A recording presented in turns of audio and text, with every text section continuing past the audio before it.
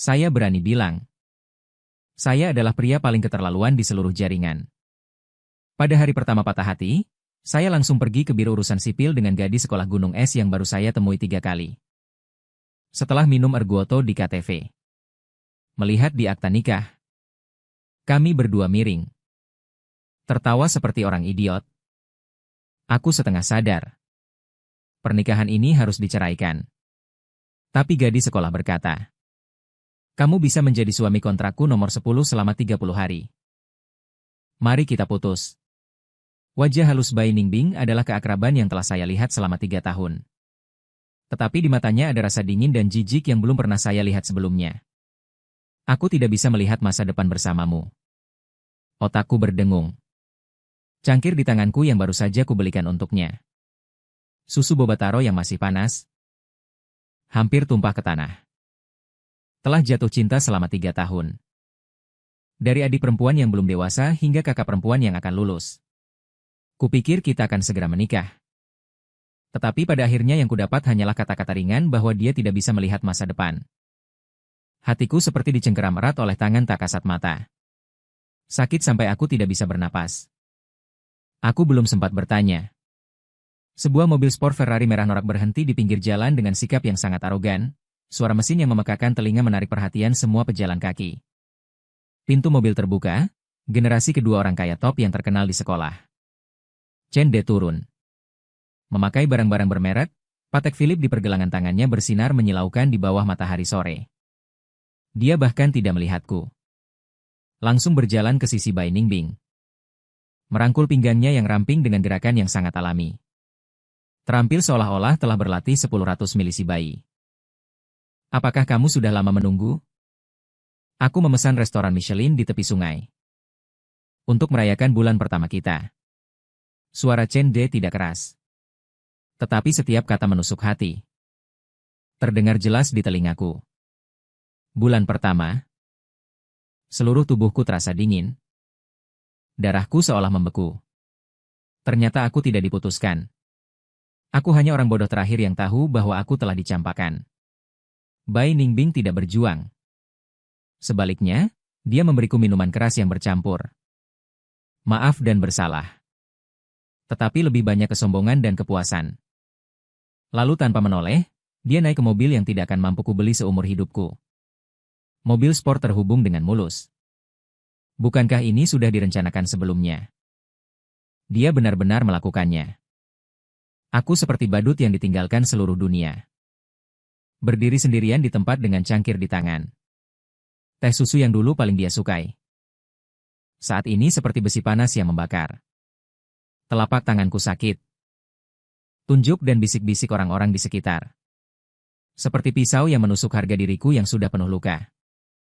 Bang! Aku menggunakan seluruh kekuatanku untuk membanting teh susu itu ke tempat sampah.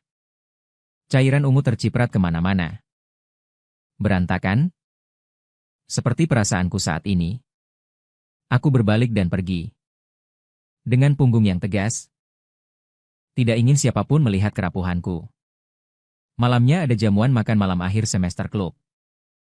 Aku menjadikan diriku mesin minum tanpa emosi. Menuangkan minuman keras pedas ke dalam perutku satu demi satu. Hauge. Jangan minum lagi. Demi wanita mata duitan seperti itu. Tidak pantas, saudaraku. Azhe menepuk pundakku. Ingin merebut gelasku. Aku mendorongnya menjauh. Mata merah. Tersenyum pahit dan menghabiskan satu gelas lagi. Tidak apa-apa. Aku senang. Hari ini aku kembali lajang. Aku sangat senang. Alkohol dengan kasar menyerbu kepala. Seluruh dunia berputar-putar. Dalam kekacauan. Aku mendengar seseorang bersorak keras. Dalam suara itu ada nada niat buruk. Liu Ruyan. Liu sikutu buku universitas. Kau adalah maskot perkumpulan fotografi kita. Tidak bisa hanya duduk saja. Harus minum juga, kan? Aku menyipitkan mata mabuk dan berusaha keras ke arah sumber suara. Melihat. Di bayangan sudut. Duduk seorang gadis yang tenang dan tidak sesuai dengan seluruh lingkungan yang bising. Rambut lurus panjang hitam dengan gaun putih. Terurai lembut di bahu. Kulit di bawah lampu redup KTV. Seputih batu giok domba terbaik adalah Liu Ruyan. Kami jauh dari siswa teladan yang paling dingin yang diakui publik. Sekuntum bunga berleher tinggi yang hanya bisa dikagumi dari jauh. Cantik itu benar-benar cantik. Nilainya benar-benar yang terbaik. Dinginnya juga benar-benar dingin. Biasanya di organisasi dia hampir tidak berbicara dengan siapapun. Selalu memeluk buku atau kamera dan tenggelam dalam dunianya sendiri. Saat ini, di wajahnya yang cantik dan dingin itu, alisnya yang halus berkerut rapat. Jelas dia dijebak oleh beberapa kader organisasi yang mesum. Segelas penuh yang terlihat. Jelas bukan anggur putih yang baik dipaksakan di depannya. Aku tidak bisa minum alkohol. Suaranya juga seperti orangnya. Tenang dan dingin. Dengan sedikit keterasingan. Aduh. Seorang tiran hanya berpura-pura rendah hati. Anggap saja itu jus dan beri wajah kepada saudara-saudara. Pria yang memimpin sorakan itu. Dengan wajah tersenyum mendorong gelas anggur itu ke depan Liu Ruyan. Tidak ingin membuat suasana terlalu kaku. Atau mungkin tidak tahu bagaimana menolak kesulitan dalam acara semacam ini. Setelah beberapa detik hening, dia benar-benar mengangkat gelas anggurnya. Di bawah tatapan semua orang. Dia mengangkat lehernya yang seputih salju. Dan meminum habis anggur putih itu. Detik berikutnya dia terseda alkohol yang hebat hingga wajahnya memerah. Menutupi mulutnya dan terbatuk hebat. Sudut matanya bahkan berkilauan dengan air mata. Penampilannya yang rapuh dan tak berdaya. Membuat hati orang tanpa alasan menegang. Kelompok orang itu tidak hanya tidak menahan diri. Tetapi malah tertawa terbahak-bahak. Hahaha, Liu si jenius juga keren ya. Saya tidak tahu apakah itu alkohol yang menabrak nyali orang. Atau air mata di sudut matanya. Menusuk saya. Saya tiba-tiba berdiri. Tubuh saya bergoyang dan merebut botol anggur dari tangan orang di sebelahnya dan membantingnya ke atas meja. Apa gunanya menggertak seorang gadis? Minumlah denganku jika kau punya nyali. Malam itu setelah itu. Datang? Ingatan saya menjadi hancur berkeping-keping. Hanya ingat bahwa saya seperti pahlawan. Menghalangi Liu Ruyan. Minum minuman keras satu demi satu dengan orang-orang yang mencemooh. Sampai akhir. Aku sudah tidak bisa membedakan siapa orang di depanku. Suasana seluruh ruangan didorong ke puncak. Keluargaku memulai kekacauan merah. Siapa Zizi? Tiba-tiba Kiki berteriak. Saudara-saudara. Apakah kalian mengatakan bahwa untuk mendapatkan surat nikah sekarang hanya perlu buku rekening dan KTP? Sepertinya sangat sederhana. Sepertinya begitu, kan? Sekarang semuanya sudah elektronik. Sangat nyaman. Berani bermain yang lebih besar? Siapa yang akan mencoba siaran langsung? Bawa pulang sertifikat. Brengsek. Kau gila? Siapa yang berani? Ini bukan main-main. Alkohol adalah katalis terbaik. Itu dapat memperbesar emosi seseorang tanpa batas. Sakitnya patah hati. Kemarahan karena dikhianati. Ditambah dengan keberanian saat ini. Membuatku kehilangan semua akal sehat. Aku membanting meja dengan keras. Berdiri terhuyung-huyung. Meraung dengan mata merah. Aku pergi. Seluruh ruangan langsung sunyi. Semua orang menatapku seperti orang gila.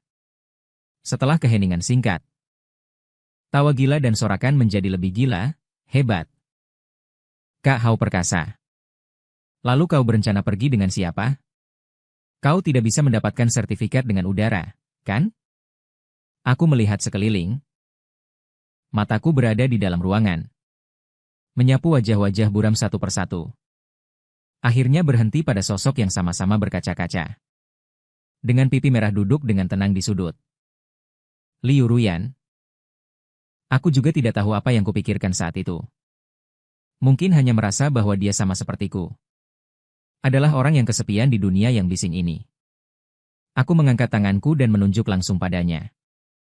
Dengan lidah yang berat. langsung menunjuk dan berkata untuk menyelamatkannya. Liu Ruyan, apakah kamu berani? Semua orang mengira aku sedang berbicara omong kosong. Menunggu untuk melihat reaksi Liu Ruyan. Atau menunggu untuk melihatku mempermalukan diri sendiri. Tanpa diduga. Di bawah tatapan semua orang. Liu Ruyan bahkan berdiri dengan terhuyung-huyung. Mata indahnya yang biasanya jernih seperti air. Saat ini diwarnai lapisan kain oleh alkohol. Di dalamnya bahkan ada sedikit provokasi yang samar. Bertaruh saja. Dalam suaranya yang jernih dan dingin. Ada sedikit getaran yang tidak mudah dikenali. Jadi, di bawah tatapan tercengang seluruh anggota klub. Aku dan Liu Ruyan, dua orang yang hampir tidak pernah berinteraksi di hari kerja. Benar-benar mengeluarkan kartu identitas dan buku rekening keluarga dari dompet masing-masing. Memanggil taksi. Langsung menuju kantor catatan sipil. Keberuntungan kami sangat bagus. Bahkan berhasil tiba tepat sebelum kantor catatan sipil tutup. Petugas melihat kami berdua mahasiswa yang penuh dengan aroma alkohol. Dengan mata berkaca-kaca juga tampak bingung. Berkali-kali memastikan apakah kalian sudah memikirkannya? Pernikahan bukanlah lelucon, sudah dipikirkan matang-matang. Kami serempak menjawab dengan tegas seolah-olah sedang bersumpah. Kemudian menekan sidik jari dan mengambil foto. Mendapatkan 2 buku merah baru. Dengan aroma tinta yang masih segar di taksi kembali ke sekolah. Angin malam bertiup masuk dari jendela mobil. Aku meremas buku merah yang masih terasa hangat. Seketika terbangun sebagian besar dari mabuk. Aku menoleh dan melihat Liu Ruyan yang sedang menutup mata dan beristirahat di kursi sebelah. Cahaya lampu neon di pinggir jalan melintas dari wajahnya yang halus. Bulu mata yang panjang menjatuhkan bayangan yang tenang di bawah kelopak matanya. Aku pasti sudah gila. Aku benar-benar pingsan dengan bunga dataran tinggi yang agung itu. Keesokan harinya, aku terbangun karena sakit kepala hebat. Sinar matahari menembus celah tirai dan menusuk mata. Aku berjuang untuk bangun dari tempat tidur. Efek samping dari mabuk berat membuatku merasa seluruh kepala akan pecah. Aku menggosok pelipisku. Dengan linglung melihat sekeliling. Kemudian pandanganku terpaku pada nakas. 2 hal yang mencolok. Merah. Buku catatan kecil yang panik. Tergeletak dengan tenang di sana. Di atasnya ada surat nikah. 3 karakter emas yang dicetak panas seperti 3 sambaran petir. Menutupi ubun-ubunku. Si Hao, pasangan Liu Ruyan. Aku menjerit dengan suara yang tidak seperti manusia. Seluruh tubuhku seperti tersengat listrik. Melompat dari tempat tidur. Kekacauan mabuk langsung hilang karena terkejut. Ini bukan mimpi. Aku benar-benar menikah dengan Liu Ruyan, sekutu buku wanita yang sangat dingin, paling cantik, dan paling banyak dikagumi secara diam-diam. Aku dengan panik mencari ponselku di tempat tidur. Jari-jariku gemetar hingga hampir tidak bisa menekan layar. Akhirnya aku menemukan nomor telepon Liu Ruyan. Dan meneleponnya. Jari-jari bergetar saat dering berbunyi. Lama sekali sampai. Saat aku pikir dia tidak akan menjawab. Akhirnya terdengar suaranya yang dingin seperti biasa. Dengan sedikit serak karena baru bangun tidur. Halo. Liu Ruyan. Apakah kamu sudah bangun? Cepat lihat meja di samping tempat tidurmu. Kemarin kita menikah. Aku berbicara dengan tidak karuan. Panik seperti semut di atas wajan panas. Aku tahu di ujung telepon sana. Suaranya tenang yang menakutkan. Seolah berkata, cuaca hari ini bagus. Kau tahu aku berteriak. Masih melamun untuk apa? Cepat urus perceraian. Selagi belum ada yang tahu. Anggap saja itu mimpi yang konyol. Aku merendahkan suaraku. Takut didengar oleh saudara-saudara di asrama. Di ujung telepon sana terjadi keheningan selama beberapa detik. Beberapa detik itu bagiku terasa lama seperti 1 abad. Saat aku mengira dia akan setuju. Dia malah mengucapkan 2 kata yang membuatku seolah jatuh ke dalam gua es. Aku tidak 10 apa. Aku curiga aku belum bangun dari mabuk. Telingaku mengalami masalah serius. Aku berkata. Aku tidak bercerai. Suara Liu Ruyan masih dingin seperti es. Tapi dengan semacam ketegasan yang tak perlu dipertanyakan. Setidaknya tidak sekarang. Aku benar-benar bingung. Merasa pandangan duniaku sedang runtuh. Kenapa? Nenek moyang yang terhormat. Kita memang terlalu banyak minum kemarin. Melakukan hal bodoh tidak bisa dianggap serius. Itu akan menghancurkan hidupmu, Si Hao. Dia memanggil nama lengkapku untuk pertama kalinya. Suaranya sedikit serius. Aku mengajukan syarat. Kita menandatangani perjanjian pernikahan selama 30 hari. Anggap saja sebagai kompensasi atas reputasiku. Perjanjian pernikahan macam apa ini? Otakku sudah tidak bisa mengikuti ritmenya. Benar? Dalam 30 hari ini, kamu harus memainkan peran sebagai suamimu dengan baik. Siap sedia kapan saja aku memanggil. Menjadi tenaga kerja gratisku. Tidak boleh melakukan kontak intim di luar batas wajar dengan wanita manapun selain aku. Setelah 30 hari, jika kamu tampil memuaskan, kita akan menganggap perceraian damai ini tidak pernah terjadi. Jika kamu tidak setuju atau melanggar di tengah jalan, dia berhenti sejenak. Suaranya membawa sedikit ancaman dingin. Maka aku akan memposting akta nikah di forum sekolah. Biarkan seluruh guru dan siswa melihat bagaimana kamu, nomor 10, melakukan hubungan seks di bawah pengaruh alkohol. Konsekuensi menghancurkan kesucian seorang gadis sepertiku. Kamu tanggung sendiri. Sial. Ini semua apa-apaan. Ini benar-benar ancaman telanjang. Kenapa aku harus? Aku baru saja akan membantah. Hanya karena kita sekarang adalah pasangan suami istri yang sah yang dilindungi oleh hukum. Kamu menghancurkan reputasi seorang gadis sepertiku. Permintaan kecil ini tidak berlebihan, kan? Satu kalimat darinya menutup semua jalan keluarku. Aku memegang telepon dan melihat 2 buku merah panas di tangan kiriku. Merasa hidupku seperti sedang dipermainkan dalam lelucon absurd yang besar. Akhirnya aku menggertakkan gigi geraham dan mengucapkan beberapa kata dari sela-sela gigi. Baiklah. Kamu sangat kejam.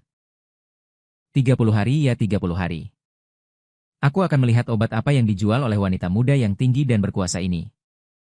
Pada hari pertama pernikahan kontrak. Saya sangat memahami apa artinya selalu siap sedia. Saat fajar menyingsing, ponsel saya bergetar.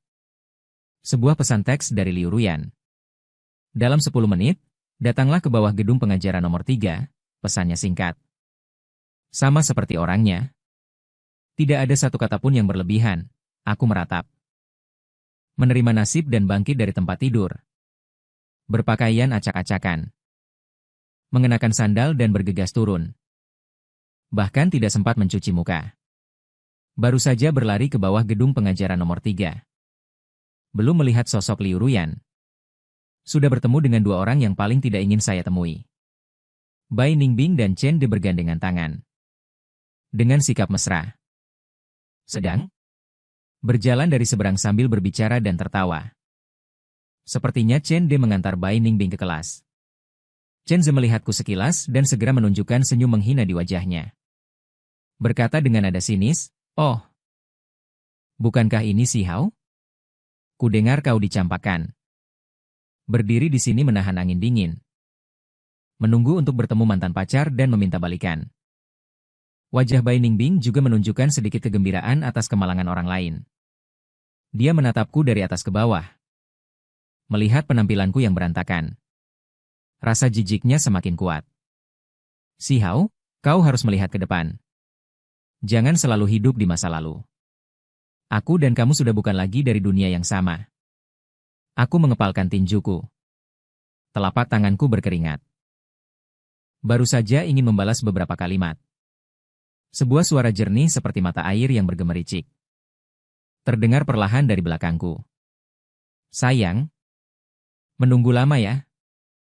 Salahkan aku karena berdandan terlalu lama. Seluruh tubuhku menegang.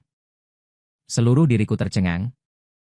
Menoleh dan melihat Liu Ruyan entah sejak kapan sudah berdiri di belakangku. Hari ini dia mengenakan gaun biru muda.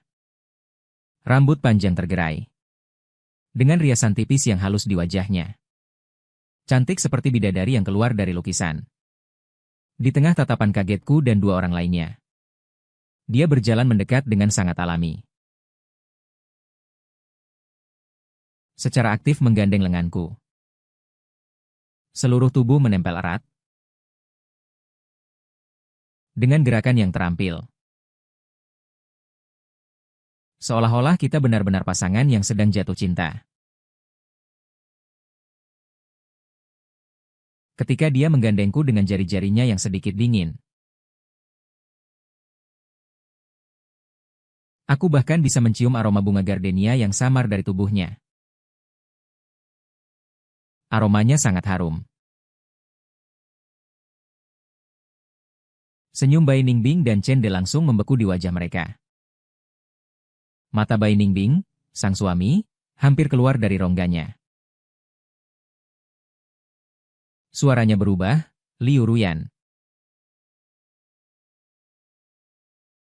Bagaimana bisa kalian? Liu Ruyan bahkan tidak sudi meliriknya.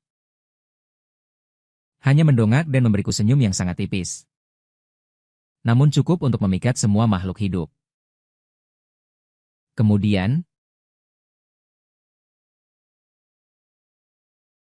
dia menggunakan mata dinginnya yang tampak mampu menembus hati manusia.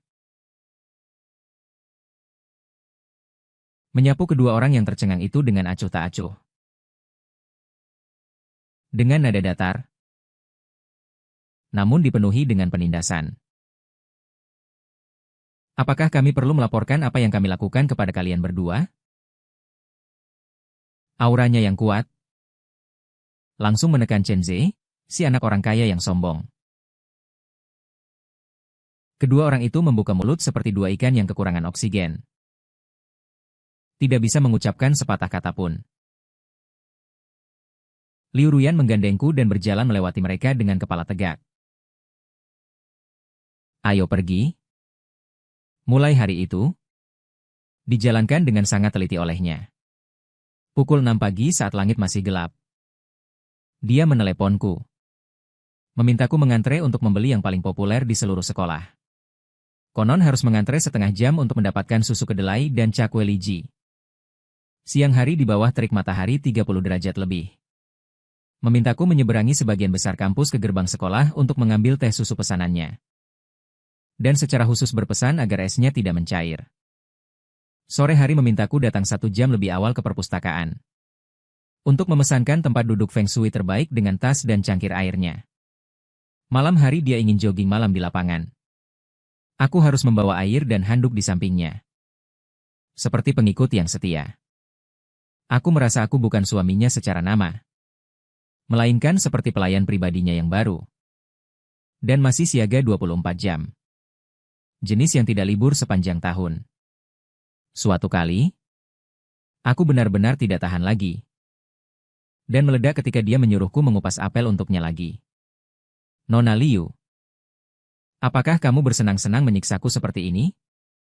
Apakah kamu merasa sangat puas dengan memperlakukanku seperti anjing? Dia sedang menyesap teh mangga yang baru saja kubelikan dengan gula penuh dan tanpa es. Hanya mengangkat kelopak matanya dan menatapku dengan acuh tak acuh. Berkata dengan pelan. Pasal pertama perjanjian adalah siap sedia. Berperan sebagai suami yang baik. Apakah ada masalah dengan suami mengupas apel untuk istri? Aku langsung terdiam. Baiklah, kamu menang. Tapi lama-kelamaan. Dalam siksaan dari hari ke hari. Aku perlahan menyadari bahwa bunga dataran tinggi yang tinggi ini sepertinya tidak terlalu sama dengan citra yang tidak duniawi dalam legenda. Dia menyuruhku membeli teh susu. Bukan untuk mempersulitku, tetapi karena dia memiliki kesulitan memilih yang parah. Bisa bimbang selama setengah jam di depan menu teh susu. Dan pada akhirnya akan memilih yang paling klasik. Dia menyuruhku duduk di perpustakaan. Dia bukan untuk pamer. Tetapi karena dia buta arah sejak lahir. Orientasinya sangat buruk. Dan bisa tersesat di gedung pengajaran yang konstruksinya sederhana. Gedung kecil yang menyesatkan. Dia menyuruhku menemaninya jogging malam. Adalah. Biarkan aku menjadi pengikut. Karena dia sedikit takut padanya, dia tidak berani berjalan di lapangan olahraga. Bagian itu tidak memiliki lampu jalan. Dia menjadi dingin dan sombong. Tidak suka berbicara. Menghargai kata-kata sekarang sebenarnya hanya tidak pandai mengungkapkan dirinya. Hanya dia yang suka lelucon yang baik dan ramah. Dia memerah dari wajah hingga pangkal telinga. Dia menyukai semua makanan manis. Terutama kue rasa stroberi. Setiap kali selesai makan, dia akan seperti kucing yang berhasil mencuri hati. Diam-diam mengangkat sudut mulutnya. Lulu, peran seorang anak kecil. Biarkan saya detail kecil yang tidak diketahui. Seperti palu kecil. Dia membukanya sedikit demi sedikit. Cangkang es dingin yang membungkusnya. Memungkinkan saya untuk melihat Liu Ruyan yang nyata dan 3 dimensi. Bahkan sedikit imut. Perasaan saya terhadapnya juga perlahan menjadi rumit dari penolakan dan kebencian di awal. Yang benar-benar mengubah hubungan kita adalah hujan lebat yang tiba-tiba. Sore itu, ramalan cuaca jelas mengatakan bahwa itu adalah hari yang cerah. Jadi saya tidak membawa payung. Akibatnya, setelah menyelesaikan kelas profesional, langit bocor seperti itu. Hujan sebesar kacang polong menghantam dengan deras. Seluruh dunia diselimuti kabut abu-abu. Saya berdiri di bawah atap gedung pengajaran. Mempertimbangkan apakah akan bergegas kembali ke asrama di tengah hujan. Atau menunggu hujan berhenti. Ponsel tiba-tiba berdering, ID penelepon adalah Nona Liu. Saya mengangkat telepon. Yang terdengar di sana bukanlah suaranya yang biasanya dingin. Tetapi semacam nada lemah dengan suara sengau yang berat, "Si Hao." Saya demam. Sangat tidak nyaman. Di asrama, dia tidak selesai berbicara. Terdengar batuk yang tertahan dari ujung telepon. Jantungku berdebar kencang. Saya tidak peduli tentang hujan atau tidak hujan. Berteriak ke telepon, "Kamu tunggu." Kemudian terjun ke tengah hujan. Berlari seperti orang gila ke apotek di luar sekolah. Hujan langsung membasahi pakaianku. Hujan es dingin menghantam wajahku. Tapi hatiku membara dengan api. Membeli obat penurun panas, obat flu, dan termometer. Saya berlari ke bawah gedung asrama perempuan lagi. Bibi asrama terkenal karena ketegasannya. Dengan tanpa pamrih menghalangi. Sama sekali tidak mengizinkan saya masuk. Saya sangat cemas sampai berkeringat. Dengan susah payah membujuk dan mendaftar. Serta menjamin, akhirnya kartu pelajar dan KTP saya sendiri ditahan oleh Bibi. Barulah saya diizinkan masuk sebagai pengecualian. Saya langsung bergegas ke depan kamar asrama Liu Ruyan. Dan menemukan pintunya hanya tertutup sebagian. Saya mendorong pintu dan masuk. Di kamar hanya ada dia seorang diri dengan tenang. Dia meringkuk di tempat tidur. Seluruh tubuhnya terbungkus selimut. Hanya memperlihatkan kepalanya. Pipi yang biasanya putih bersih, kini terbakar merah. Bibirnya pecah-pecah. Mengelupas.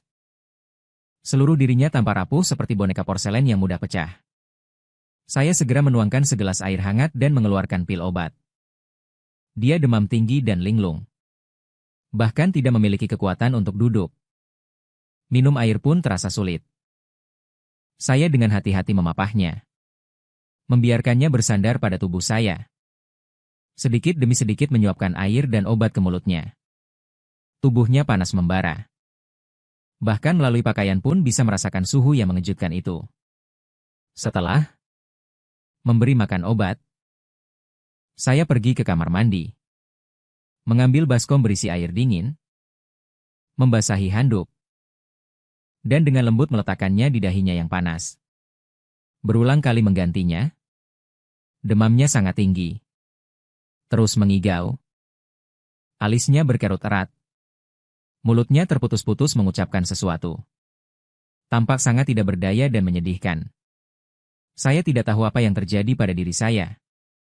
Saya hanya duduk di sisi tempat tidurnya menjaganya sepanjang malam. Dia bangun sekali dan dengan susah payah membuka matanya. Melihat saya dari jarak dekat. Matanya yang indah penuh dengan keterkejutan dan kebingungan. "Kenapa masih di sini?" Suaranya serak parah. "Kamu demam seperti ini?" Mungkinkah aku meninggalkanmu sendirian di sini? Tanpa peduli. Aku berkata dengan nada kesal. Dan mengganti handuk dingin untuknya lagi. Dia tidak berkata apa-apa lagi. Hanya menatapku dengan tenang. Ada sesuatu yang sedingin es di matanya. Perlahan-lahan mencair. Keesokan paginya, sinar matahari menembus tirai dan masuk. Aku terbangun dengan linglung di tepi tempat tidur. Menemukan selimut tipis di tubuhku entah sejak kapan. Liu Ruyan sudah tidak demam lagi dan sudah bangun. Dia sedang membaca buku dengan tenang di depanku. Ketika melihat aku bangun, tatapannya agak canggung beralih ke tempat lain. Terima kasih. Dia menundukkan kepalanya dan berbisik tadi malam. Ini adalah pertama kalinya aku mendengar dia berbicara kepadaku dengan nada selembut ini. Dan juga pertama kalinya aku, karena satu kalimat dari seorang gadis. Jantungku berdebar kencang. Sinar matahari jatuh padanya. Melapisinya dengan aura keemasan. Indah tak terlukiskan. Saat itu, aku merasa perjanjian kami sepertinya telah mengalami perubahan yang tidak kentara. Setelah Liu Ruyan sembuh, suasana di antara kami menjadi agak halus. Dia tidak lagi menyuruh-nyuruhku seperti dulu. Meskipun masih memintaku menemaninya melakukan ini dan itu. Tetapi nadanya jelas lebih lembut. Bahkan sesekali meminta pendapatku. Aku juga secara bertahap terbiasa dengan kehidupan yang ada dia di dalamnya. Setiap pagi membelikannya susu kedelai dan cakwe. Makan siang bersama di kantin. Pergi ke perpustakaan bersama. Berjalan-jalan di lapangan olahraga bersama. Rutinitas yang membosankan ini justru membuatku merasa menikmatinya. Tepat ketika aku berpikir, hari-hari tenang ini akan berlanjut hingga perjanjian berakhir. Urusan keluarga Bai Ningbing datang mencariku. Dulu, kedua keluarga kami sudah sampai pada tahap pembicaraan pernikahan. Menurut adat di kampung halaman kami, keluargaku memberikan sejumlah uang mahar sebesar 100.000 yuan kepada keluarga Bai. Sebagai niat baik untuk uang muka, tetapi sekarang kami putus. Uang ini seharusnya dikembalikan. Tetapi orang tuaku yang jujur meminta beberapa kali. Bibi Bai selalu mencari berbagai alasan untuk menolak. Sebentar mengatakan uangnya sudah tidak ada. Sebentar mengatakan sudah dibelikan barang untuk Bai Ningbing. Singkatnya hanya mengulur-ulur waktu dan tidak memberikannya kepadaku. Aku tidak tahan. Memutuskan untuk datang sendiri untuk meminta, ibunya Bai Ningbing. Dia tidak memberiku tatapan yang baik saat melihatku. Dengan kedua tangan bersilang di dada. Berkata dengan nada sinis. Oh, bukankah ini si Hao? Kamu masih berani datang ke rumah kami? Ningbing berkencan denganmu selama 3 tahun. Masa muda terbaiknya telah dia berikan padamu. 10.000 yuan itu anggap saja sebagai biaya kompensasi karena kamu telah menyia-nyiakan masa muda Ningbing kami. Bibi, itu adalah uang hasil jerih payah orang tuaku yang susah payah dikumpulkan. Aku menahan amarahku. Berusaha sebisa mungkin untuk menahan diri. Uang hasil jerih payah orang tuamu itu masih kurang. Untuk membeli 1 tas pun untuk Ningbing kami, yang mahal. Wajahnya penuh ketus. Matanya dipenuhi kebencian padaku. Uang tidak ada. Cepat pergi. Jangan mengotori karpet rumahku. Setelah selesai berbicara, dia membanting pintu hingga tertutup. Aku sangat marah sampai seluruh tubuhku gemetar. Sementara Bai Ningbing dari awal hingga akhir hanya berdiri di belakang ibunya dengan dingin menyaksikan semua ini. Tanpa mengatakan sepatah kata pun untuk membantuku. Aku benar-benar putus asa. Aku keluar dari rumahnya dengan marah. Semakin kupikirkan, semakin kesal aku. Aku duduk sendirian di bangku sekolah untuk waktu yang lama. Hatiku terasa sesak. Sulit untuk diungkapkan. Entah berapa lama berlalu. Sebotol air dingin menetes di depanku. Aku mendongak dan melihat wajah Liu Ruyan yang jernih dan peduli. Ada apa? Dia duduk di sampingku. Bertanya dengan lembut. Di hadapannya, aku tidak menyembunyikan apapun. Menceritakan seluruh kejadian dari awal hingga akhir. Setelah mendengarkan, Liu Ruyan tidak mengatakan apapun. Hanya saja mata jernihnya langsung menjadi dingin. Aku mengerti. Aku pikir dia hanya bertanya untuk menghiburku. Aku tidak menghiraukan perkataannya. Tak disangka, keesokan harinya. Dia datang menemuiku, si Hao, dengan membawa seorang pria paruh baya yang mengenakan setelan jas rapi. Memakai kacamata berbingkai emas. Dan terlihat sangat profesional. Perkenalkan, ini penasihat hukum keluarga kami. Pengacara Zhang. Perkenalan Liu Ruyan. Singkat dan tegas. Aku tertegun. Pengacara Liu sangat profesional. Dia menanyakan secara detail semua rincian kejadiannya. Saya memeriksa catatan transfer keluarga saya dan catatan obrolan dengan keluarga Bai. Tuan Si. Jangan khawatir. Pengacara Zhang menutup buku catatannya. Dengan percaya diri mendorong kacamatanya tentang masalah ini. Dari sudut pandang hukum, Anda memiliki keuntungan absolut. Mereka harus mengembalikan uang ini sepenuhnya. Anda harus mengembalikannya selama beberapa hari berikutnya. Dan benar-benar menyaksikan sisi tegas Liu Ruyan. Dia menemani pengacara Zhang. Pertama menyusun surat pengacara yang kata-katanya hati-hati. Dan mengirimkannya langsung ke keluarga Bai. Awalnya keluarga Bai tidak menganggapnya serius. Dan langsung merobek surat pengacara tersebut. Pengacara Zhang tidak banyak bicara. Dan langsung melanjutkan proses pengadilan. Tidak lama kemudian, surat panggilan pengadilan dikirim ke Ibu Bai Ningbing dari keluarga Bai. Dia benar-benar panik sekarang. Dia tidak menyangka bahwa saya, seorang siswa miskin, benar-benar mampu menyewa seorang pengacara. Dan berani menuntutnya, dia berinisiatif menelepon orang tua saya. Sikapnya sangat rendah hati. Mengatakan dia bersedia segera mengembalikan uangnya. Memohon agar kami menarik gugatan. Saya menyerahkan telepon kepada Liu Ruyan di samping saya. Liu Ruyan mengangkat telepon dan mengaktifkan speakerphone. Suaranya dingin tanpa sedikit pun emosi. Tidak hanya harus mengembalikan pokok 10.000. Ada juga bunga bank selama periode ini. Serta biaya pengacara Zhang dan biaya ganti rugi moral kami. Total 120.000. Tidak boleh kurang sedikit pun. Jika tidak kita akan bertemu di pengadilan, Ibu Bai di ujung telepon masih ingin menawar. Liu Ruyan langsung menutup telepon. Bai Jia benar-benar kehilangan kesabaran. Meskipun keluarga mereka punya sedikit uang. Tetapi mereka paling mencintai wajah mereka.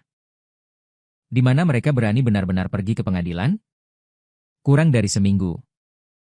120.000 dikembalikan ke rekening ayah saya sepenuhnya. Karena kejadian ini, keluarga Bai kehilangan muka di depan kerabat dan teman. Saya mendengar bahwa Bai Ningbin dan Chen De juga bertengkar hebat karena ini. Orang tua saya dengan bersemangat memuji saya di telepon. Saya menemukan pacar yang cakap. Biarkan aku memperlakukannya dengan baik. Saya menutup telepon. Melihat Liu Ruyan yang sedang membaca buku dengan tenang di sampingnya. Hatiku campur aduk. Gelombang kehangatan menyapu seluruh tubuh Liu Ruyan. Terima kasih.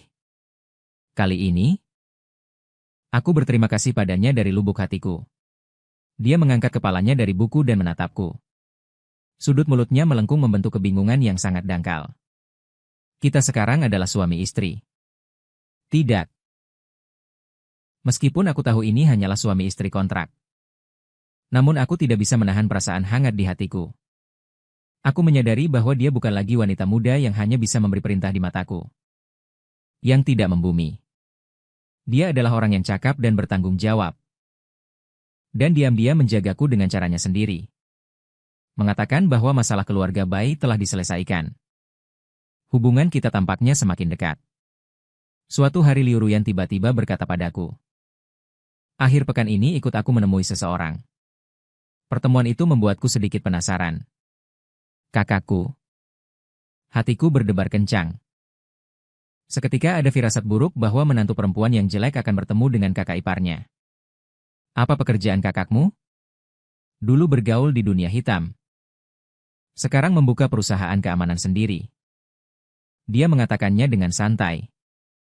Aku hampir menyemburkan air. Akhir pekan? Dengan perasaan khawatir. Aku dengan berani mengikuti Liu Ruyan ke Bijia. Tampak seperti klub pribadi yang sangat mewah. Di kamar pribadi yang didekorasi dengan gaya kuno.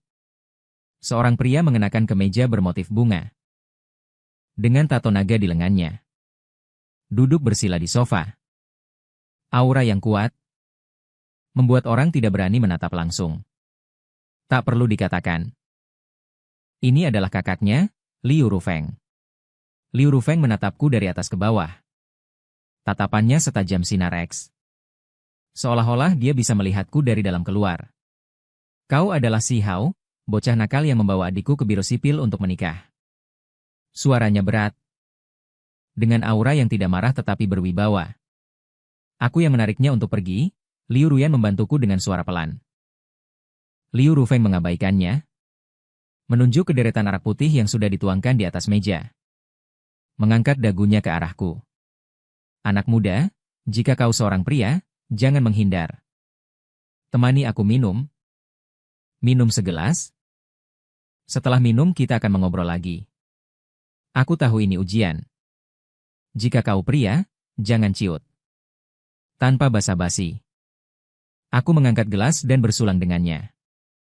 Lalu meneguknya sampai habis. Sebenarnya kemampuan minumku biasa saja. Tapi entah dari mana keberanian itu datang hari itu. Aku menggertakkan gigi dan bertahan beberapa putaran. Kepalaku terasa pusing. Perutku mual. Tapi aku tidak tumbang. Tatapan Liu Rufeng akhirnya sedikit melembut.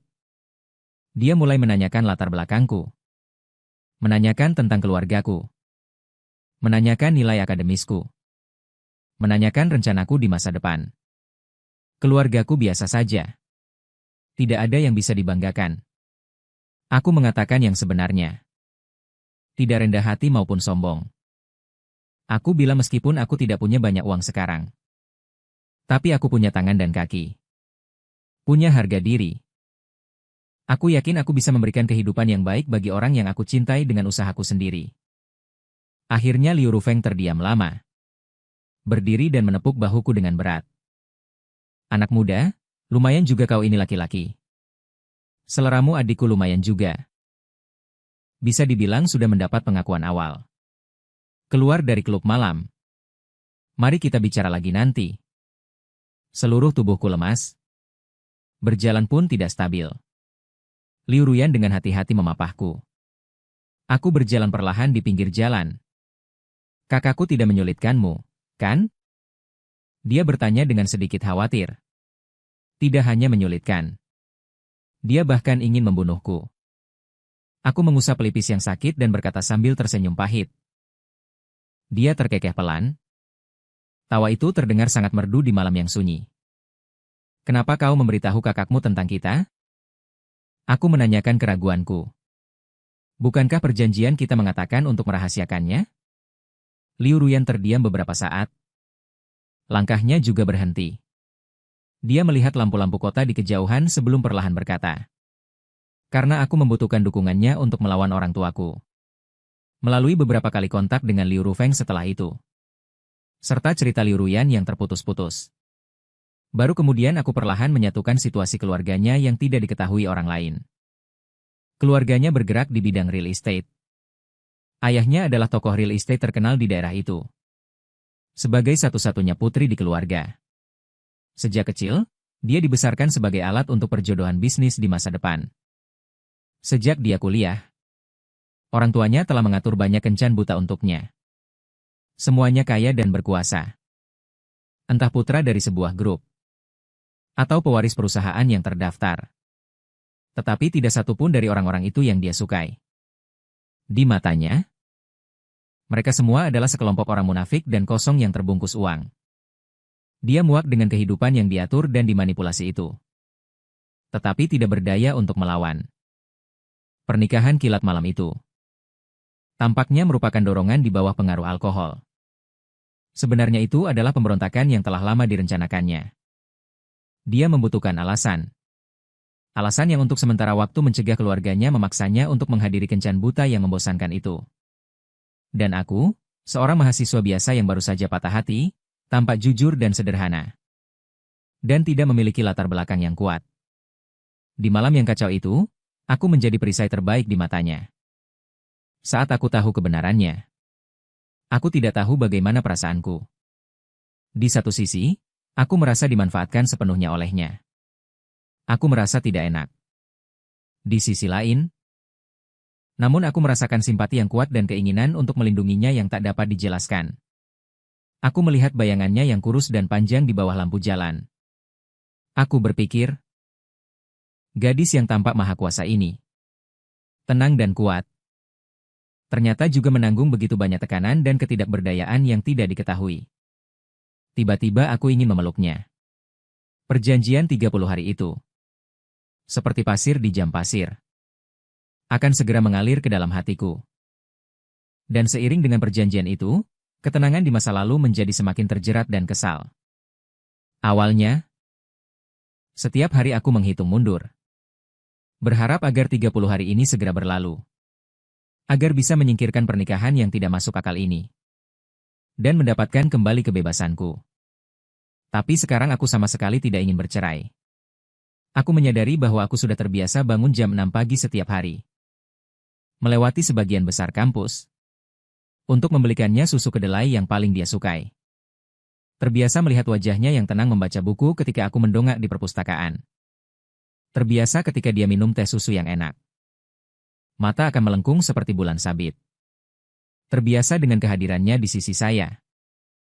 Aura unik yang membuatku merasa sangat nyaman. Sepertinya aku benar-benar menyukai Liu Ruyan. Bukan karena perjanjian. Bukan karena simpati. Tetapi dari lubuk hati terdalam tertarik pada orang yang dingin di luar tetapi hangat di dalam ini. Gadis yang sangat manis. Aku tidak berani mengatakan dia adalah angsa putih di langit. Adalah putri seorang Taipan properti. Dan aku hanyalah seorang anak laki-laki miskin dari keluarga biasa. Pernikahan kami dimulai dengan lelucon konyol. Dia memilih. Aku juga hanya menganggapku sebagai alat untuk melawan keluarga. Setelah perjanjian berakhir, kita akan seperti dua garis pisang yang menjauh setelah pertemuan singkat. Kembali ke dunia kita masing-masing. Pikiran konyol dan rendah hatiku ini. Mengatakannya hanya akan membuatnya meremehkanku. Membuatnya merasa aku berangan-angan. Tepat ketika aku hampir gila karena disiksa oleh emosi yang rumit ini setiap hari. Pertunjukan penyambutan tahunan sekolah dimulai. Sebagai anggota inti dari perkumpulan fotografi, aku dan Liu Ruyan harus bertanggung jawab atas pekerjaan pengambilan gambar pertunjukan. Pertunjukan berjalan dengan lancar. Suasana di tempat kejadian sangat meriah. Tepuk tangan dan sorak-sorai terdengar di mana-mana. Tepat ketika pembawa acara bersiap untuk mengumumkan program terakhir untuk mengakhiri pertunjukan dengan sukses. Sebuah suara sumbang tiba-tiba terdengar. Chen Ze tiba-tiba berdiri dari antara penonton, merebut mikrofon dari seorang kader organisasi mahasiswa, dan berjalan dengan langkah besar ke atas panggung. Tunggu sebentar para guru. Teman-teman, jangan terburu-buru untuk menyelesaikannya. Aku punya berita besar untuk dilaporkan di sini. Seketika semua mata tertuju padanya. Chen Ze sangat menikmati perasaan menjadi pusat perhatian ini. Dia tersenyum bangga.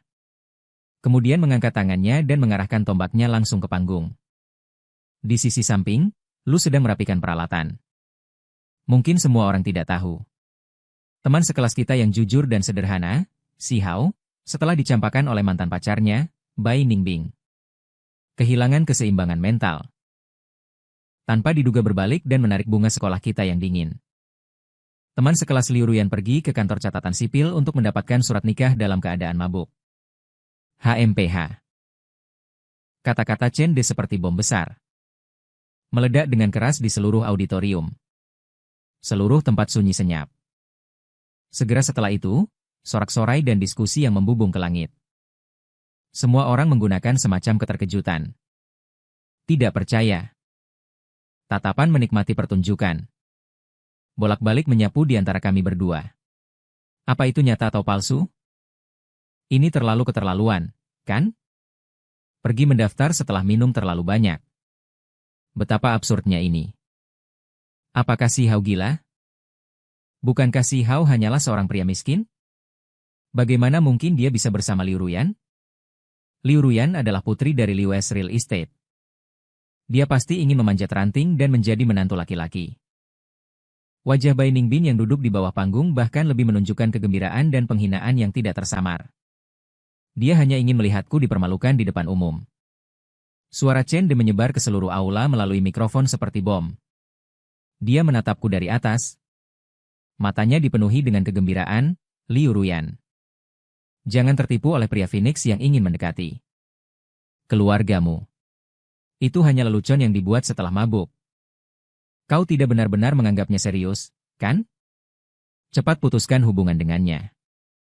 Jangan biarkan dia menodai reputasimu. Suara diskusi di tempat kejadian semakin keras. Tatapan yang sinis, atau mencemooh, atau mengejek seperti jarum yang padat. Menusukku, mengepalkan tinju. Wajahku memerah dan pucat secara bergantian. Merasa semua darah mengalir ke kepalaku. Ingin sekali menemukan lubang di tanah untuk bersembunyi.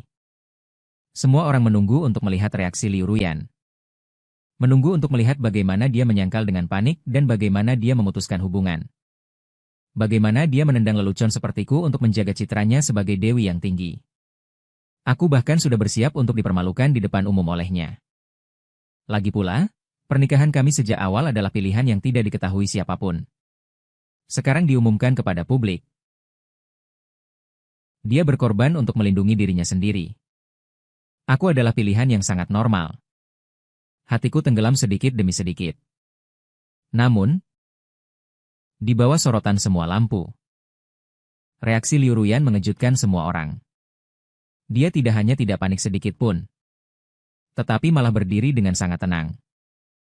Di bawah perhatian semua orang. Selangkah demi selangkah berjalan ke tengah panggung. Mengambil mikrofon dari pembawa acara yang tampak bingung. Dia benar.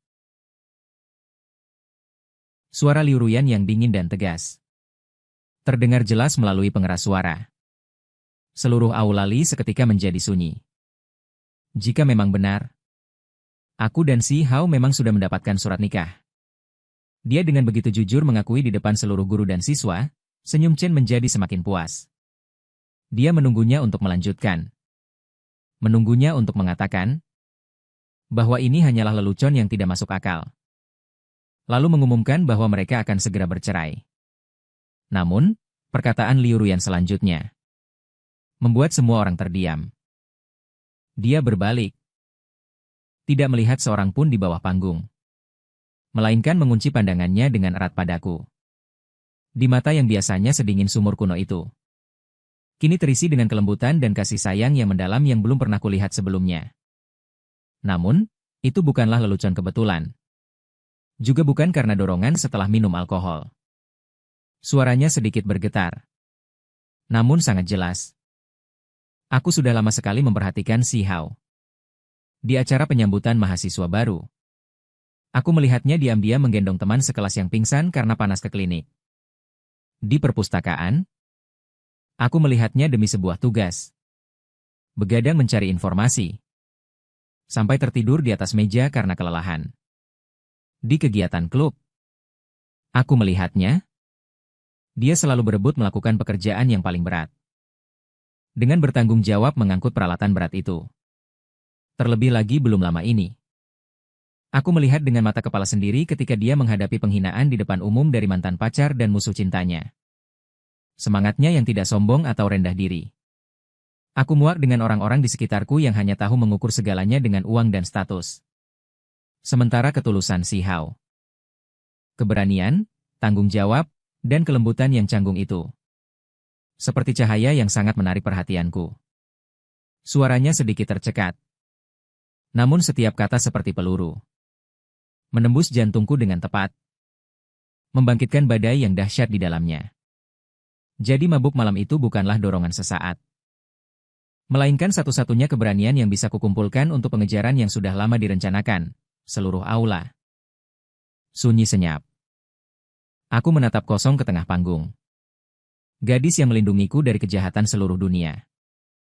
Merasa jantungku hampir melompat keluar dari dadaku. Ternyata seperti ini ya. Ternyata aku bukan perisainya. Ternyata aku adalah tujuan sebenarnya.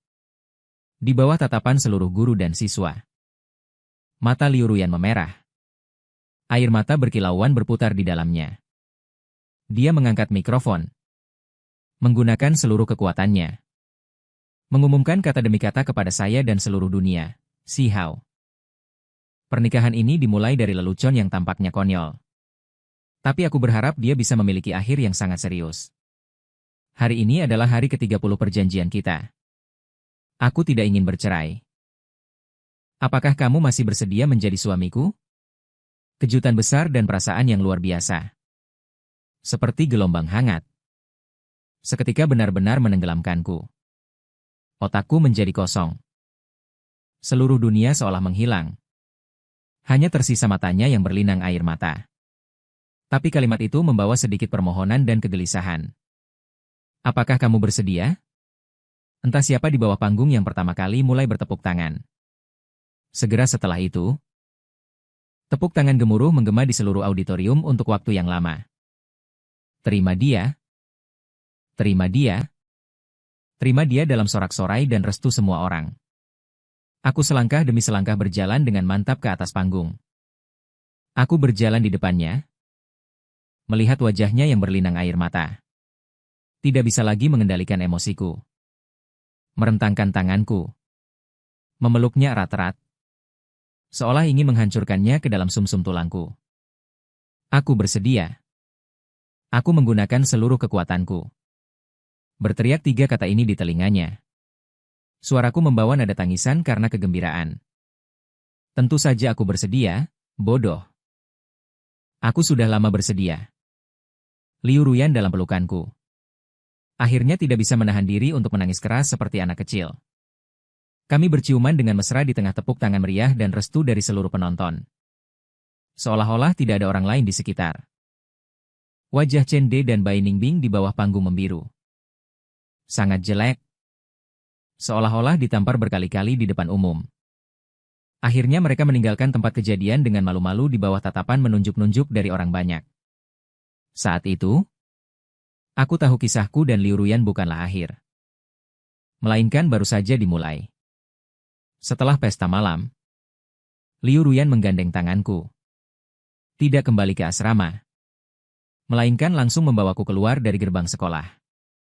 Kita mau kemana? Aku menggenggam tangannya yang sedikit dingin. Bertanya pelan. Pulang untuk bertemu orang tuaku. Dia menatapku. Dengan tatapan yang belum pernah sekuat ini. Hatiku menegang. Walaupun aku sudah melewati penilaian awal dari kakak, mafianya itu. Tetapi harus berhadapan langsung dengan ayahnya yang legenda, seorang taipan properti. Aku masih gugup sampai telapak tanganku berkeringat. Rumah Liu Ruyan berada di kawasan villa terbaik di lereng bukit. Keamanan ketat di rumah itu. Lebih tepat disebut istana yang didekorasi mewah daripada villa. Orang tuanya sedang duduk di sofa kulit besar di ruang tamu. Jelas sedang menunggu kami. Ayahnya itu dengan jari menunjuk-nunjuk 3 kata. Terlihat jelas sudah lama berada di posisi atas. Ibunya memiliki temperamen yang lembut. Bijaksana. Terawat dengan baik. Terlihat seperti seorang profesor universitas. Dengan tatapan yang menekan secara bersamaan tertuju padaku. Aku merasa sangat tertekan. Paman dan Bibi. Apa kabar? Aku gugup sampai suaraku sedikit bergetar. Ayah Liu tidak berbicara. Hanya menunjuk ke sofa di seberang. Isyarat agar aku duduk. 1 jam berikutnya. Bagiku, benar-benar seperti wawancara pamungkas yang menentukan nasib. Mereka menanyakan latar belakang keluargaku. Situasi akademisku. Rencana karir masa depanku. Dan perasaanku terhadap Liu Ruyan. Aku tidak menyembunyikan sedikit pun. Juga tidak membual apapun. Mengungkapkan pikiran terdalamku yang sebenarnya. Aku bilang latar belakang keluargaku sangat biasa. Tetapi aku akan mengandalkan usahaku sendiri untuk memberikan kehidupan yang nyaman bagi Liu Ruyan. Aku bilang meskipun aku masih seorang mahasiswa. Tetapi aku sudah mempersiapkan diri untuk memulai usaha setelah lulus. Aku yakin. Juga memiliki kemampuan untuk membuat karir sendiri. Aku bilang aku mencintai Liu Ruyan. Bukan karena latar belakang keluarganya. Tapi mencintainya. Orang ini sendiri. Aku akan menggunakan seluruh hidupku untuk memperlakukannya dengan baik. Tidak membiarkannya menderita sedikit pun. Aku mengatakannya dengan tulus. Dan juga dengan tegas. Setelah aku selesai berbicara, ruang tamu menjadi sunyi untuk waktu yang lama. Akhirnya mata tajam Ayah Liu menatapku untuk waktu yang lama. Baru kemudian perlahan berkata, "Nak, putriku tidak pernah menderita sedikit pun sejak kecil. Jika kau berani membuatnya menderita sedikit pun, aku akan membuatmu tidak bisa bertahan di sini." Meskipun itu adalah kata-kata yang benar-benar kejam. Tapi aku bisa mendengarnya. Masalah ini disetujui. Ibu Liu dengan sedih menarik tangan Liu Ruyan. Matanya merah. Anak bodoh ini? Hal sebesar ini? Kenapa tidak memberitahu kami lebih awal? Kau tidak tahu kalau kau menderita. Pulang? Hatiku yang menggantung di udara. Akhirnya mendarat dengan mantap. Keluar dari rumah Liu Ruyan. Aku merasa seperti baru saja menyelesaikan pertempuran yang sulit. Kemeja di punggungku basah kuyup. Aku tidak mempermalukanmu tadi kan? Aku bertanya kepadanya dengan sedikit tidak percaya diri. Liu Ruyan tersenyum dan menggelengkan kepalanya. Dan berinisiatif menggandeng tanganku. Jari telunjuk saling bertautan, kau tampil sangat baik. Lebih baik dari yang aku bayangkan. Aura ayahmu terlalu kuat. Aku hampir mati ketakutan tadi. Aku berkata dengan rasa takut yang masih tersisa. Dia hanya harimau kertas. Hanya terlihat galak saja. Dia berbisik di telingaku. Dengan nada yang sedikit lucu. Kami berdua saling tersenyum. Genggaman tangan kami semakin erat. Sejak hari itu, aku dan Liu Ruyan menjadi pasangan abadi yang diidam-idamkan banyak orang. Kami tidak perlu lagi berhati-hati dalam berakting. Melainkan bergandengan tangan dan berjalan-jalan di kampus dengan terbuka. Saling menyuapi di kantin. Belajar bersama di perpustakaan. Berjuang bersama untuk masa depan. Liu Ruyan yang melepaskan semua kepura-puraan dinginnya. Di depanku dia benar-benar orang lain. Dia akan cemburu jika aku melihat gadis lain. Dan merajuk tanpa mempedulikanku seharian. Dia akan bersandar di pelukanku dan merengek. Memintaku untuk menceritakan kisah pengantar tidur. Dia akan seperti gadis kecil yang mendapatkan permen. Dan merasa bahagia sepanjang hari karena makan sepotong kue yang enak. Semua ketergantungan. Kekuatan dan kerapuhannya hanya dia tunjukkan padaku seorang. Dan aku rela memanjakannya menjadi putri paling bahagia di dunia selama liburan musim panas. Aku membawa Liu Ruyan kembali ke kampung halamanku. Rumahku berada di kota kecil yang biasa saja. Rumahnya tidak besar. Ibuku membuatnya bersih dan nyaman. Orang tuaku sudah mendengar dari mulutku tentang Liu Ruyan yang membantu keluarga mendapatkan kembali uang mahar, dan mereka sangat penasaran dengan calon menantu yang hanya mereka dengar namanya. Mereka sangat penasaran. Dan juga sangat berterima kasih. Begitu melihat Liu Ruyan, ibuku dengan bersemangat menggenggam tangannya dan tidak melepaskannya. Melihat ke kiri dan ke kanan. Dan terus memuji. Aduh, gadis ini sangat cantik. Lebih cantik dari bintang film di televisi. Awalnya aku khawatir gadis dari keluarga kaya seperti Liu Ruyan tidak akan terbiasa dengan lingkungan tempat tinggalku. Tanpa diduga, dia menunjukkan sikap yang ramah dan murah hati. Tanpa sedikit pun kecanggungan atau jijik. Dia sangat manis mulutnya. Sapaan, halo paman, halo bibi, membuat orang tuaku sangat senang. Dia juga berinisiatif menggulung lengan bajunya. Dan pergi ke dapur untuk membantu ibuku memetik sayuran. Meskipun gerakannya agak kikuk. Dia juga makan masakan rumahan ibuku dengan lahap. Dan membuat ibuku terus tersenyum. Hanya dalam waktu 2 hari. Dia benar-benar memenangkan hati orang tuaku. Ibuku diam-diam menarikku ke samping. Merendahkan suaranya dan dengan serius memperingatkanku. Nak, kamu harus menggenggam gadis ini erat-erat. Istri sebaik ini sangat sulit ditemukan bahkan dengan membawa lentera. Jika kamu berani menindasnya, aku akan mematahkan kakimu. Aku tersenyum dan mengangguk. Bu, tenang saja. melihat Liu Ruyan yang sedang menemani ayahku bermain catur dengan gembira di ruang tamu. Hatiku dipenuhi dengan kepuasan dan kebahagiaan yang belum pernah kurasakan sebelumnya. Aku tahu gadis ini adalah orang yang ingin kuhabiskan seumur hidupku bersamanya. Setelah lulus kuliah, seperti yang kuduga, ayah Liu mengusulkan agar aku langsung bekerja di perusahaannya. Memberiku posisi wakil manajer umum. Dengan gaji tahunan 1 juta. Aku menolaknya tanpa ragu-ragu. Aku tahu dengan mengandalkan keluarga mereka, aku bisa mengurangi perjuanganku selama 20 tahun. Bahkan tidak perlu berjuang seumur hidup. Tapi aku seorang pria.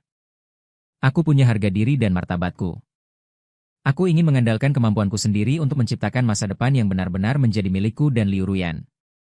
Aku menggunakan uang beasiswa yang kukumpulkan selama kuliah dan uang yang kuhasilkan dari pekerjaan sampingan. Bersama dengan beberapa saudara yang berpikiran sama, menyewa sebuah kantor kecil di taman teknologi dekat sekolah. Membuka perusahaan internet. Jalan menuju kewirausahaan lebih dari yang kubayangkan. Jauh lebih sulit dari yang kubayangkan. Setiap hari aku sangat sibuk. Begadang lembur adalah hal biasa. Di saat-saat tersulitku, dia, Ruyan, menjadi pendukungku yang paling kuat. Dan terhangat. Dia tidak pernah mengeluh. Setiap hari dia akan memasak makanan dengan tangannya sendiri. Dan mengantarkannya ke perusahaan untuk kumakan. Saat aku begadang lembur, dia tidak akan mengganggu. Dia hanya duduk dengan tenang di sofa di sampingku. Menemaniku membaca buku. Ketika modal perusahaan tidak cukup. Dan menghadapi risiko kebangkrutan. Dia diam-diam mengeluarkan kartu bank. Dan memberikannya kepadaku. Berkata dengan lembut, "Si Hao, ini adalah tabunganku sejak kecil. Gunakanlah dulu. Ini adalah mas kawinku." Aku memeluknya dengan terharu dan tidak bisa berkata apa-apa. Mataku memerah. Aku tahu hal yang paling beruntung dalam hidupku. Bukanlah menangkap banyak ikan. Bukan seberapa sukses aku di masa depan. Tetapi bertemu dengannya ketika aku tidak punya apa-apa. Dengan usaha bersama kami. Perusahaan perlahan berada di jalur yang benar. Dan ukurannya semakin besar. Pada malam aku menerima investasi malaikat 10 juta pertama. Aku tidak pergi merayakannya dengan tim.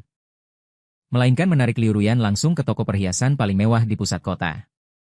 Aku memilih cincin berlian terbesar dan paling berkilau. Di tatapannya yang terkejut, berlutut dengan satu lutut di depannya. "Istri, ayo kita rujuk." Liu Ruyan terhibur oleh kata-kataku yang tiba-tiba ini. Tertawa dan menangis. Mengulurkan tangan dan memukulku dengan ringan. "Kita sebenarnya tidak pernah bercerai." "Kau bodoh." Aku tersenyum bodoh. Dengan hati-hati meletakkan cincin yang melambangkan semua cinta dan janjiku di jari manisnya. Pada peringatan 1 tahun pernikahan kami. Aku secara khusus membatalkan semua pekerjaan. Mengambil cuti sepanjang hari. Dan membawamu ke suatu tempat. Aku berkata kepadanya secara misterius. Mobil berhenti di tempat yang sangat familiar bagi kami berdua. Di depan biro urusan sipil, Liu Ruyan tertegun. "Untuk apa datang ke sini?" Aku menarik tangannya dan berjalan masuk. Berkata kepada staf. "Halo. Kami ingin mengambil ulang foto buku nikah." Staf mengambil foto kami dari setahun yang lalu dari arsip. Melihat foto di mana kami berdua mabuk dan terhuyung-huyung. Tertawa seperti orang bodoh. Kami juga tidak bisa menahan tawa. "Foto kalian ini memang harus diambil ulang." Di bawah lampu kilat, kami mengenakan kemeja putih bersih. Berpelukan erat. Kali ini, kami berdua sangat sadar. Dengan mata yang tersenyum. Hati dan jiwa kami adalah pantulan kebahagiaan satu sama lain. Menerima buku merah baru. Aku melihat kami di foto yang tersenyum cerah seperti bunga. Hatiku dipenuhi dengan emosi. Siapa yang bisa membayangkan? Pernikahan kilat yang dimulai dengan kesalahan konyol. Pada akhirnya akan menjadi takdir terindah dalam hidup melalui komitmen teguh satu sama lain. Aku menunduk dan mencium dahi Liu Ruyan yang bersih dengan ciuman yang tulus. "Istriku, aku mencintaimu." Dari dulu sampai sekarang. Sampai masa depan. Selamanya aku juga mencintaimu. Sayang, sinar matahari di luar jendela sangat indah. Hangat dan cerah. Kisah kita tidak memiliki akhir. Masa depan kita baru saja dimulai.